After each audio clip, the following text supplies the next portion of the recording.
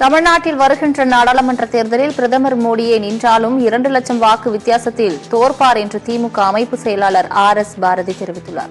புதுக்கோட்டை திலகர் திடலில் திமுகவின் இளைஞர் அணி செயலாளர் உதயநிதி ஸ்டாலினின் பிறந்தநாள் விழா மற்றும் திமுக 2வது இளைஞர் அணி மாநாட்டு விளக்க பொதுக்கூட்டம் நடைபெற்றது.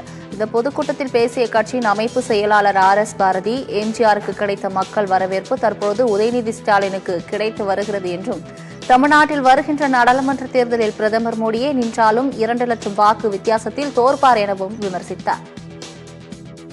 நான் எம்ஜிஆருடன் பிரச்சாரத்துக்கு போனவங்க 67 முன்னாடி எம்ஜிஆர் கட்சி ஆரம்பிச்ச பிறகு அவர் போல, அதுக்கு பிறகு ஒன்றும் 1000 கூட்டம் இருந்திருக்கும்.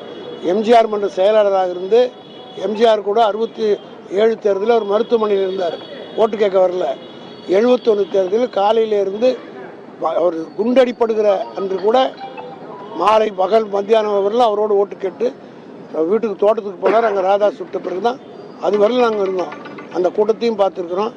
ஏன் எம்ஜிஆர் 67 வாங்கின ஓட்டு 71 வாங்க முடியலையே.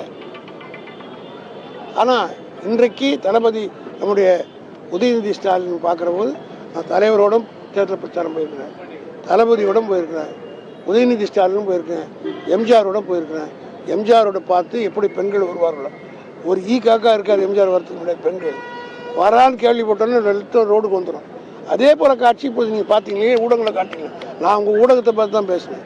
எடப்பாடி போகிறா ஒருத்தர் கால் மேலே கால் போட்டு பீடி பிடிச்சிங்கன்னா தப்பு அவன் மேலே கிடையாது, அவன் அவமதிச்சான்னு சொல்லுவேன். யார் போகிறதுன்னு